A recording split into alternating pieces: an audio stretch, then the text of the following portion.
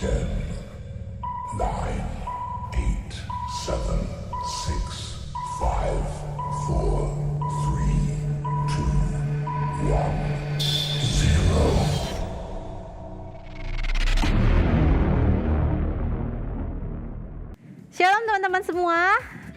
Kita bersyukur kalau kita masih dikasih kesempatan untuk bertatap muka atau bertemu sekalipun kami atau kita masih melakukan secara online. Tapi teman-teman bersyukur sekali dan terima kasih untuk doanya meskipun kita masih belum online sama-sama atau belum rekaman di studio, tapi bersyukur banget teman-teman dari Berkat Hidup juga sudah kembali pulih dan ini adalah satu berkat yang Tuhan percayakan kepada kita. Teman-teman, mulai Jumat ini kita akan membahas 7 perkataan salib gitu ya. 7 perkataan salib ini yang kembali lagi mempersiapkan hati kita untuk menyambut Jumat Agung dan merayakan Paskah gitu ya. 7 perkataan salib ini biarlah menyiapkan hati kita untuk kita kembali lagi merenungkan betapa besar kasih Tuhan, betapa agung karyanya yang menyelamatkan hidupku dan hidupmu. Yuk teman-teman, kita masuk di dalam saat teduh, kita mempersiapkan hati kita untuk sama-sama bersekutu dan juga bertumbuh di dalam kebenaran firman Tuhan. Yuk sama-sama kita siapkan hati kita.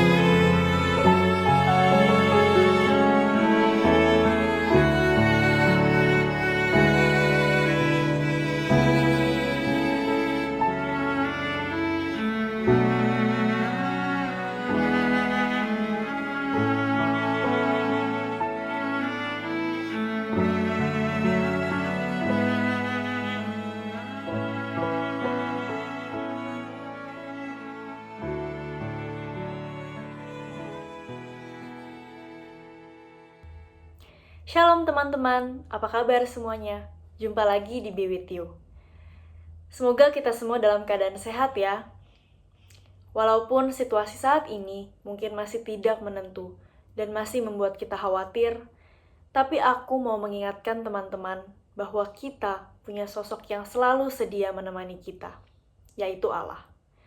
Seperti pada Matius 11 ayat 28, Allah berkata, "Marilah datang kepadaku semua yang letih lesu dan berbeban berat. Aku akan memberikan kelegaan kepadamu." Allah mengundang kita untuk datang kepadanya, membawa beban kita dan mengandalkan Dia. Ayat ini menguatkan kita bahwa Allah kita adalah Allah yang setia. Teman-teman, maukah kita menyerahkan diri kepadanya dan menjalani hari bersama dengannya? Aku mau ajak kita untuk angkat satu pujian ini. Let Me Stay.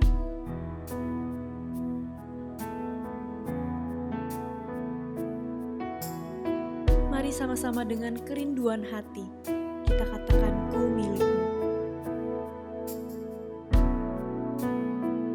Ku milikmu, kau pusakaku selamanya. Dalam bait-Mu ku mau selalu menyembah. Saat pandang wajah-Mu, semua menjadi hampa. Yang ku punya hanya Kau saja. Ku milikmu, Kau pusakaku selamanya. Dalam bait-Mu ku mau selalu menyembah. Saat pandang wajah-Mu, semua menjadi hampa.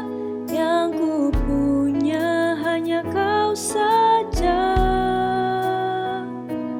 Biarkan ku berdiam bersama dengan-Mu. Beriku kuasa untuk lebih mengasihi-Mu. Seumur hidupku berada di hadirat-Mu, menyembah-Mu, mengasihi-Mu selalu. Mari sama-sama kita nyanyikan lagu ini dari awal. Ku milikmu, Kau pusakaku selamanya. Dalam bait-Mu ku mau selalu menyembah. Saat pandang wajah-Mu, semua menjadi hampa. Yang ku punya hanya Kau saja. Biarkan ku berdiam bersama dengan-Mu. Beriku kuasa untuk lebih mengasihi-Mu. Seumur hidupku berada di hadirat-Mu, menyembah-Mu, mengasihi-Mu selalu. Biarkan ku berdiam bersama dengan-Mu. Beriku kuasa untuk lebih mengasihi-Mu.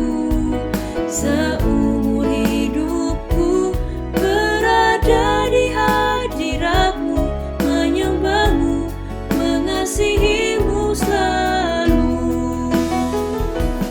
Biarkan ku berdiam bersama dengan-Mu. Beriku kuasa untuk lebih mengasihi-Mu. Seumur hidupku berada di hadirat-Mu, menyembah-Mu, mengasihi-Mu selalu.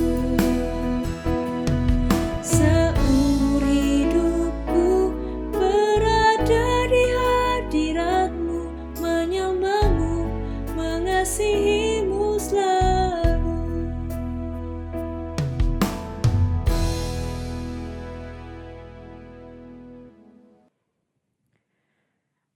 Tuhan, kami mengucap syukur untuk semua kebaikan-Mu.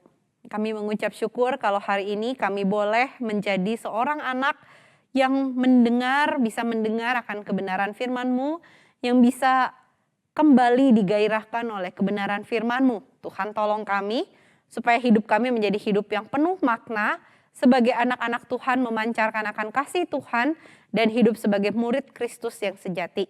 Hanya di dalam satu nama Tuhan kami Yesus Kristus kami mengucap syukur dan berdoa. Amin. Ya, teman-teman, hari ini kita akan sama-sama merenungkan perkataan Tuhan Yesus yang kedua di atas kayu salib. Demikian firman Tuhan di dalam Lukas 23 ayatnya yang ke-43. Kata Yesus kepadanya, "Aku berkata kepadamu, sesungguhnya hari ini juga engkau akan ada bersama-sama dengan aku di dalam Firdaus." Teman-teman, ketika kita menghadapi sebuah situasi, maka reaksi kita atau reaksi saya dan mungkin reaksi teman-teman atau reaksi teman saya atau adik saya atau mami saya atau papa saya itu pasti berbeda gitu ya. Ketika kita menghadapi sebuah situasi yang sama, kita mungkin bereaksi secara tidak sama. Ketika kita mungkin melihat sebuah warna, salah satu buktinya. Bagi saya warna pink adalah sebuah warna yang menyenangkan, tapi mungkin bagi sebagian orang warna pink adalah warna yang ya terlalu cewek mungkin ya. Terlalu lembut, terlalu kalem atau apapun juga gitu ya teman-teman. Nah teman-teman, ketika kita menghadapi sebuah situasi dan ketika kita menghadapi situasi tersebut kemudian menghasilkan respon, mari kita berespon dengan respon yang tepat. Teman-teman, secara khusus hari ini kita akan sama-sama membahas bagaimana cara kita berespon terhadap sebuah penderitaan. Kalau kita sama-sama lihat, ada dua penjahat yang berada di kanan dan kirinya Tuhan Yesus. Seorang penjahat dan penjahat yang lain, kalau saya bilang penjahat yang pertama itu bereaksi dengan cara yang negatif. Sedangkan penjahat yang kedua bereaksi dengan positif. Penjahat yang pertama dan penjahat yang kedua ini sama-sama menghadapi situasi yang sama. Sama-sama mendengar perkataan Tuhan Yesus yang pertama kemarin. Yang berkata, "Ya Bapa, ampunilah mereka sebab mereka tidak tahu apa yang mereka perbuat." Sama-sama mendengar hal itu. Sama-sama melihat tulisan di atas kepala Tuhan Yesus yang berkata, "Inilah Raja orang Yahudi." Sama-sama dihukum, sama-sama menghadapi penderitaan, sama-sama mau mati. Dan sama-sama kalau mau dibilang pengen selamat dua-duanya. Cuman reaksinya berbeda. Penjahat yang pertama tadi saya bilang dia bereaksi secara negatif, kemudian dia menghujat Tuhan Yesus, kemudian dia berkata, "Kalau engkau benar-benar Mesias turun, kemudian selamatkanlah kami." Sebuah reaksi yang saat itu juga diteriakkan, sebuah reaksi yang juga disuarakan dengan sangat keras oleh orang-orang yang menyalibkan Tuhan Yesus dengan orang-orang yang saat itu juga ada di tempat tersebut. Saat itu ketika penjahat yang pertama mengatakan, "Jika engkau Mesias, engkau turun dan selamatkanlah dirimu dan juga selamatkan kami." Kita sama sekali tidak melihat atau kita sama sekali tidak membaca di dalam Alkitab bagaimana Tuhan Yesus menanggapi reaksi orang itu gitu ya. Wah, Tuhan Yesus sih baik ya teman-teman ya. Wah, Tuhan Yesus sih nggak nanggepin orang itu gitu ya. Tapi yang menarik adalah teman-teman, kalau kita perhatikan reaksi atau respon dari orang atau penjahat yang kedua. Kalau penjahat yang pertama tadi mengolok-olok dan kalau Alkitab mencatat di dalam Lukas dikatakan menghujat Yesus, maka penjahat yang kedua ini malah kalau mau dibilang mengingatkan temannya gitu ya dan berespon dengan sangat luar biasa. Kita sama-sama lihat respon dari penjahat ini yang kemudian direspon dengan Tuhan Yesus, dengan perkataan Tuhan Yesus yang tadi kita sama-sama sudah dengar. "Aku berkata kepadamu, sesungguhnya hari ini juga engkau akan ada bersama-sama dengan aku di dalam Firdaus." Nah teman-teman, apa yang menarik atau apa yang menjadi respon dari penjahat yang kedua ini? Setidaknya saya mencatat ada 3 respon yang menarik. Yang pertama teman-teman, kalau teman-teman baca di dalam bagian firman Tuhan yang di dalam Lukas pasal 23, ketika Tuhan Yesus mati disalibkan, maka respon dari penjahat ini adalah yang pertama dia mengatakan takut akan Tuhan. Tidakkah engkau takut akan Tuhan? Tidakkah engkau takut akan Tuhan? Teman-teman, kalau dari kalimatnya dia, maka sebenarnya penjahat yang kedua ini adalah penjahat yang tahu diri, teman-teman. Kenapa? Karena dia adalah orang yang menyadari bahwa dia adalah orang yang berdosa. Kalau teman-teman baca bagian selanjutnya, dia mengatakan gini, orang ini, Yesus itu tidak melakukan hal yang salah. Kalau kami berdua atau kalau kita berdua, yaitu penjahat pertama dan penjahat kedua, ada di atas kayu salib, yaitu memang selayaknya kita dihukum di atas kayu salib. Karena apa? Karena kita sudah melakukan sesuatu yang jahat. Kita sudah melakukan sesuatu yang layak untuk dihukum. Jadi kalau saya mau menyimpulkan, maka tahu dirinya orang yang kedua atau penjahat yang kedua ini adalah yang pertama, dia tahu diri, teman-teman. Dia tahu bahwa dirinya adalah seorang yang berdosa. Dia tahu bahwa dirinya adalah orang yang layak terima hukuman. Dan dia tahu dia saat ini berada di hadapan siapa. Teman-teman, dia tahu bahwa di hadapan Tuhan Yesus yang adalah anak Allah, yang adalah Mesias itu, dia tahu bahwa tidak ada yang tersembunyi di hadapannya. Sehingga dia berkata, emang saya ini orang berdosa dan saya takut terhadap Engkau. Saya layak menerima hukuman di hadapan Engkau, Tuhan yang tahu, Tuhan yang tahu segala apa yang terjadi di dalam hidup saya. Menarik sekali teman-teman, orang ini tidak melakukan defense mechanism gitu ya. Dia tidak berusaha membenarkan dirinya, dia tidak ikut-ikutan menghujat seperti penjahat yang pertama, seperti best friend-nya gitu ya, yang sama-sama disalibkan juga gitu. Tetapi dia mengutarakan pendapatnya, tidakkah engkau takut akan Tuhan yang benar atau tidakkah engkau takut terhadap Allah? Teman-teman, penjahat yang kedua ini adalah penjahat yang tahu diri. Tahu posisinya di hadapan Tuhan, tahu bahwa dia adalah orang berdosa, tahu bahwa dirinya butuh anugerah Tuhan, tahu dirinya bahwa dia layak untuk dihukum. Itu yang pertama teman-teman, respon yang positif. Yang kedua, respon apa yang terjadi di dalam penjahat yang kedua ini? Respon yang kedua adalah dia tahu diri karena dia tahu dia itu cuma ciptaan. Dia itu tahu bahwa dirinya itu hanyalah seorang ciptaan di hadapan penciptanya. Yang artinya apa teman-teman? Kalau penciptanya mau melakukan apapun, dia bisa melakukan tanpa harus disuruh-suruh. Seperti penjahat yang pertama, dia ngomong apa? Kalau engkau Mesias, kalau engkau anak Allah, lu turun gitu ya. Turun dan selamatkan juga kami. Penjahat yang kedua ini sadar bahwa dirinya adalah ciptaan yang tidak pernah bisa menyuruh penciptanya. Dia tahu bahwa dia hanyalah seorang ciptaan dan kalau penciptanya ini punya sebuah kedaulatan, maka dia mau menyelamatkan ciptanya, maka dia akan melakukan itu sendiri. Tapi kalau penciptanya diam dan tidak melakukan apapun, bukan berarti penciptanya ini kurang ide gitu ya, atau kurang kreatif gitu ya, atau alias mati gaya, enggak gitu ya. Dia percaya bahwa penciptanya itu tahu yang terbaik untuk dirinya. Dia tahu penciptanya adalah pencipta yang berdaulat. Dan dia tahu diri, dia tidak akan melakukan, kalau mau dibilang nyuruh-nyuruh gitu ya, ke penciptanya. Dan yang ketiga teman-teman, respon tahu diri apa yang terjadi atau di dalam yang ada di dalam penjahat yang kedua ini. Respon yang ketiga atau tahu dirinya penjahat yang kedua ini adalah dia tahu bahwa sekalipun Tuhan Yesus disalibkan, dia bukanlah orang yang berdosa.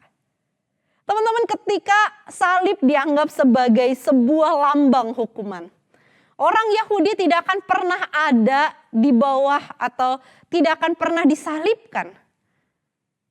Karena salib dianggap sebagai sebuah kutukan. Orang yang ada digantung di pohon adalah orang yang dimurkai oleh Tuhan.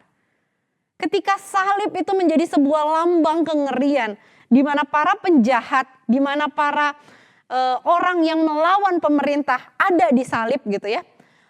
Penjahat yang kedua ini sadar, Yesus itu gak bersalah, Yesus itu gak berdosa. Dan sekalipun Tuhan Yesus ada di atas kayu salib yang kelihatannya dia tidak berdaya gitu ya. Yang kelihatannya dia nggak bisa ngapa-ngapain, tapi penjahat yang kedua ini yakin bahwa Yesus tetap raja. Dan Yesus tetap bisa melakukan kuasanya, Yesus tetap bisa membawa gitu ya. Membawa sebuah kemenangan bahkan melalui salibnya. Dia tetap percaya bahwa apa yang terjadi di dalam kehidupan Tuhan Yesus saat itu meskipun dia disalibkan. Dia percaya bahwa itu adalah bukti kasihnya. Teman-teman jangan lupa minggu lalu, Jumat yang lalu ketika di Be With You saya sekali lagi mengumumkan atau menceritakan tentang ya Bapa ampunilah mereka sebab mereka tidak tahu apa yang mereka perbuat, kalimat pertama Tuhan Yesus itu menyatakan dua hal. Yang pertama apa? Yang pertama menceritakan tentang pernyataan bahwa orang-orang yang menyalibkan Yesus sebenarnya adalah orang-orang yang bukan tidak tahu tapi tidak mau tahu. Yang kedua, ada berita anugerah pengampunan. Maka ketika penjahat yang kedua ini mendengar perkataan itu, di dalam Lukas 23, bagian yang atasnya kita lihat bagaimana Tuhan Yesus mengatakan perkataan tersebut di ayat 33 sampai 34 di sana. Teman-teman, kita lihat bagaimana ternyata ini membekas di dalam ingatan penjahat itu dan kemudian dia menyadari bahwa itu adalah bukti anugerah Tuhan, bukti pengampunan dari Tuhan. Dan dia mau untuk terima itu. Dia apa? Dia mengakui bahwa Yesus itu adalah Raja yang bisa mengampuni dosa-dosanya. Maka yang menarik adalah ketika penjahat ini mengatakan, Tuhan ingatlah akan aku. Tuhan ingatlah akan aku. Teman-teman, Tuhan Yesus dengan penuh kasih, dengan sebuah anugerah pengampunan yang diberikan kepadanya, diberikan kepada penjahat yang kedua ini, dia mengatakan apa? Aku berkata kepadamu, sesungguhnya hari ini juga, gak pakai waiting list. Dia berkata apa? Sesungguhnya hari ini juga engkau akan ada bersama-sama dengan aku di dalam Firdaus. Apa sih Firdaus, teman-teman? Teman-teman, setiap kita pasti senang kalau menjadi orang yang VIP, bukan? Setiap kita pasti senang kalau kita bisa bertemu dengan idola kita. Teman-teman, saya pernah muda gitu ya, dan sekarang juga masih muda gitu ya, teman-teman. Saya ingat waktu dulu saya punya band favorit. Sekali waktu ketika saya dengar dia bakal datang ke Indonesia gitu ya. Waktu itu dia datang ke Indonesia dalam tur dunia. Teman-teman, yang saya lakukan adalah saya berusaha mati-matian kumpulin uang supaya apa? Supaya saya bisa nonton konser tersebut dengan jarak yang tidak terlalu dekat tapi yang gak jauh-jauh banget gitu ya teman-teman. Kalau bisa ya bukan cuman gimana ya teman-teman ya. Ya biar paling deket deh jaraknya gitu ya. Nah tentu saja orang tua saya tidak setuju. Kenapa? Loh itu bukan sesuatu yang penting bagi mereka gitu ya. Nonton konser itu bukan sesuatu yang penting bagi mereka. Jadi mereka sama sekali tidak mau keluarkan uang untuk saya pergi nonton konser. Akhirnya apa yang saya lakukan teman-teman? Yang saya lakukan adalah saya kumpulin uang transportasi saya. Jadi waktu dulu kalau di Bandung itu masih ngangkot gitu ya. Naik angkot pulang pergi sekolah gitu ya. Meskipun kadang-kadang saya nebeng teman segala macam gitu ya. Nah teman-teman saya kumpulin dari uang itu bahkan saya rela jalan pulang ke rumah demi apa? Demi save money gitu ya. Demi simpen uang itu buat saya pergi ke Jakarta karena saya masih di Bandung gitu ya waktu itu. Saya kumpulin uang itu supaya saya bisa pergi ke Jakarta dan saya bisa nonton konser itu. Ya nggak VIP banget gitu ya. Tapi yang nggak jauh-jauh banget. Berhasil loh, kekumpul itu uang gitu ya. Saya kumpulin uang itu dan saya pergi gitu ya ke Jakarta bersama anggota klub yang lain gitu ya. Fans klub yang lain yang juga menyukai band itu gitu ya. Kemudian kami pergi dari Bandung dan teman-teman ya intinya saya pengen dekat dengan orang itu. Tapi menariknya adalah teman-teman ketika penjahat yang tidak menghujat Tuhan Yesus, penjahat yang kedua ini berkata, Tuhan ingatlah akan aku. Menariknya adalah apa teman-teman? Yesus yang adalah Raja kasih itu mengatakan apa? Hari ini juga engkau akan ada bersama. Ini bukan sekedar VIP yang masih berjarak gitu ya. Tapi teman-teman mungkin fee-nya itu udah banyak banget. VIP. Kenapa? Bersama, dekat gitu ya. Bersama-sama. Wah teman-teman ini sesuatu yang menarik gitu ya. Di saat-saat mau mati penjahat yang kedua ini mengucapkan last wish-nya gitu ya. Ingat aja Tuhan. Ya ampun teman-teman dia dapat jackpot bukan hanya diingat. Dia bilang apa? Kau akan bersama-sama dengan aku di Firdaus. Teman-teman apa sih Firdaus? Teman-teman Firdaus itu cuma tercatat sebanyak 3 kali gitu ya. 2 kali lagi di tempat lain yaitu di dalam Korintus dan juga Wahyu. Teman-teman itu berbicara tentang sebuah tempat kediaman Allah di mana Allah menyediakan yang terbaik bagi orang-orang yang mengasihinya. Ada orang penafsir mengatakan seperti ini teman-teman. Firdaus itu ibarat private gardennya raja, dimana kalau kamu masuk ke sana maka kamu hanya berdua bersama dengan raja itu gitu ya. Wah teman-teman, ini bukankah sebuah tempat yang sangat spesial? Dan itu yang Tuhan sediakan kepada penjahat ini tanpa waiting list. Tuhan gak bilang gini, ya udah waiting list ya. Soalnya saya udah punya orang favorit nih gitu ya. Kamu ngantri dulu, ambil antrian dulu. Ya kalau antriannya 1-2 nomor gak apa-apa gitu ya. Kalau antriannya ratusan, kan Tuhan itu raja dunia gitu ya. Tapi yang menarik adalah justru Tuhan mengatakan apa? Hari ini juga tanpa waiting list engkau akan ada bersama dengan aku di Firdaus. Teman-teman, bukankah itu sesuatu yang menyegarkan? Sama-sama dua penjahat ini sedang ada di kayu salib. Sama-sama mereka ingin selamat. Yang satu menghujat dengan mengatakan buktiin. Kalau engkau Mesias anak Allah, buktiin engkau bisa selamatkan kami. Tapi penjahat yang kedua berkata dengan sangat jelas. Dia berkata, Tuhan, aku tahu aku orang berdosa. Saya parafrasekan seperti itu ya. Aku tahu aku adalah orang berdosa. Aku tahu engkau tidak berdosa. Aku tahu aku ini layak untuk dihukum dan engkau tidak layak untuk dihukum. Tapi Tuhan, hari ini juga aku membutuhkan anugerah pengampunan dari Tuhan. Aku membutuhkan kasih-Mu. Aku membutuhkan Engkau sendiri yang mengampuni karena Engkau tahu semua dosa-dosaku. Gak ada yang tersembunyi lagi.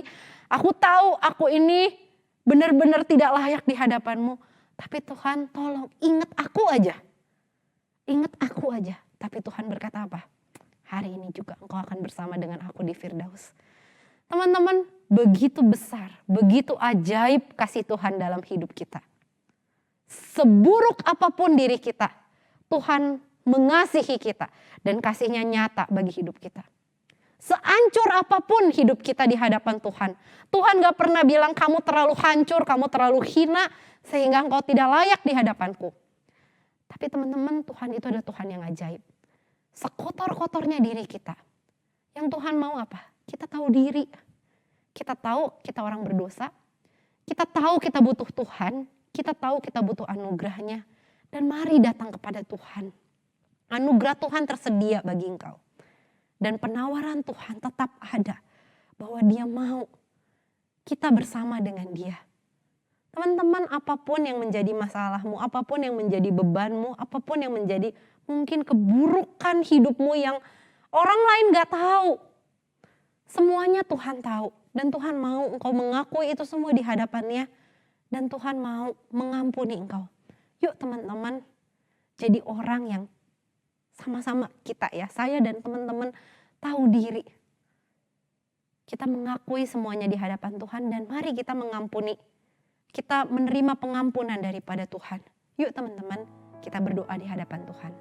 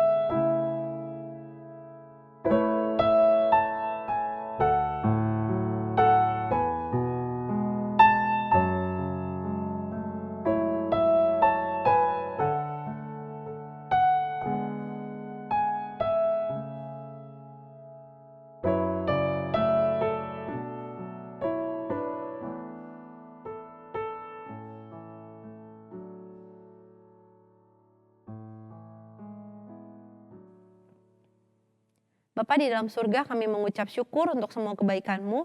Kami mohon anugerah Tuhan memulihkan hidup kami, mengungkapkan semua dosa dan kesalahan kami yang mungkin kami sendiri sembunyikan di hadapan-Mu, yang mungkin sendiri kami tutupi Tuhan di hadapan-Mu.